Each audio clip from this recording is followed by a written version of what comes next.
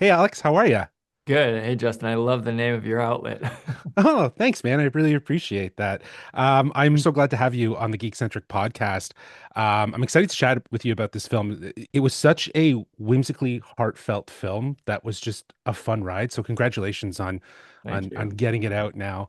I really appreciated the letter that you attached with the screener to understand your inspiration for the film. And I wanted to know, you talked about your journey from Pixar to building Kuku Studios. How is this film an example of of the stories that you wanted to feel free to tell and to kind of explore as sort of like your mission statement? Yeah, well, I mean, our mission statement at Kuku is really to make movies and tell stories that really enrich people's lives. And the name Kuku, it means ku in Chinese means tear or cry. And so we were really inspired by the Greek theater mass of tragedy and comedy. We wanted to tell stories that made people cry tears of laughter and tears of pathos. Right. And so that's very much what I tried to do with this film is put in as much comedy and humor and laugh out loud, comedy with some really deep, heartfelt human emotions that had a lot of meaning. And so. Yeah, my hope is that this film captures all of those elements that I set out to create with our company. So, but yeah, that's always been at the forefront of my mind is balancing these two things out because that's what I look for when I go to the movies. I love to laugh, Mhm. and I love to feel deeply.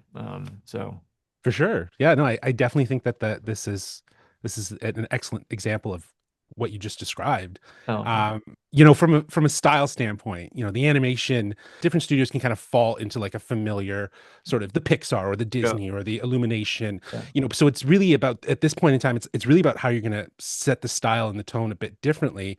What did you and your team do to kind of differentiate yourself from maybe some of the other studios, or was that even a thought? Was it more to embrace what you've learned from other places? Yeah, I didn't really think so much about differentiating ourselves or our film from other studios. I think that's not at least for me, it's not a great place to operate from because it's very Sure. reactionary. I Hmm. really thought about just the film and the story and what it needed. Hmm. And for me, because the movie takes place in two worlds, you have the real world and the dream world.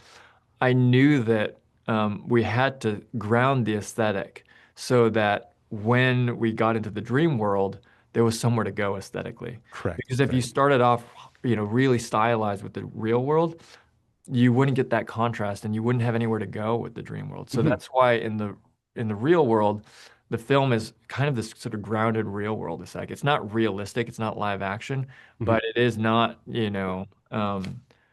it's not super pushed. It's not really cartoony, right? Correct. But then we can get there when we get to the dream world, right? I mean, I mean, the fullest sort of stylistic departures when we go full anime with Stevie and Elliot. Loved it. I want a whole movie Yeah, in that style, dude. Just like make it happen, I know. please.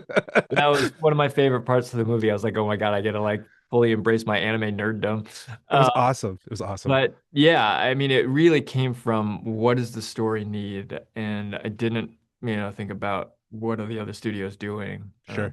So. Yeah, there was a sensibility to the real world that felt very focused on cinematography, lighting, and even Yeah. the figures felt, like they're not big eyes, they're like smaller eyes. They felt more human, but it did feel different. But to your point, that anime was so incredible. Another part of your letter that I really loved is the personal story that you shared about the source of inspiration for the story, the sibling relationship. It sounds like it was probably a bit of a cathartic experience for you. Was there anything new that you discovered through the process of, in putting that into this film of in your dreams? Yeah, it was very cathartic. I've been joking that I'm too cheap to To see do a therapy, so you're yeah, you're you're therapy. do So this is I your think therapy. yeah, this is art therapy for me. I'm the same way. This is therapy too, man. Talking to people.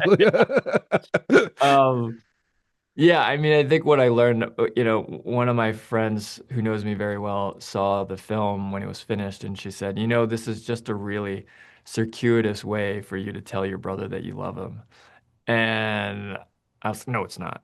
But it really, Get out of here. yeah, you're totally right. It really is. Yeah. And I mean, I think that's kind of, I mean, I always knew it, but I think through the process of making this movie, sometimes, well, especially when you're making art, sometimes this stuff comes out from your subconscious and you don't even realize it yourself.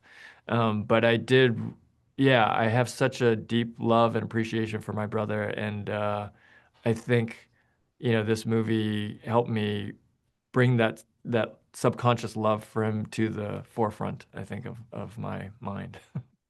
Awesome. Well, Alex, thank you so much for taking the time to Yeah. answer a few questions. Again, it's a great opportunity to hear more about the heart behind this film and where it really comes from. And I'm excited for audiences to see and connect with it. And I'm excited to see what Kuku Studios does next. An Oh, anime thank you. piece for sure. Yeah, To you. yeah, All yeah. right, man. Have a good one. Yeah, thanks. Bye. Peace.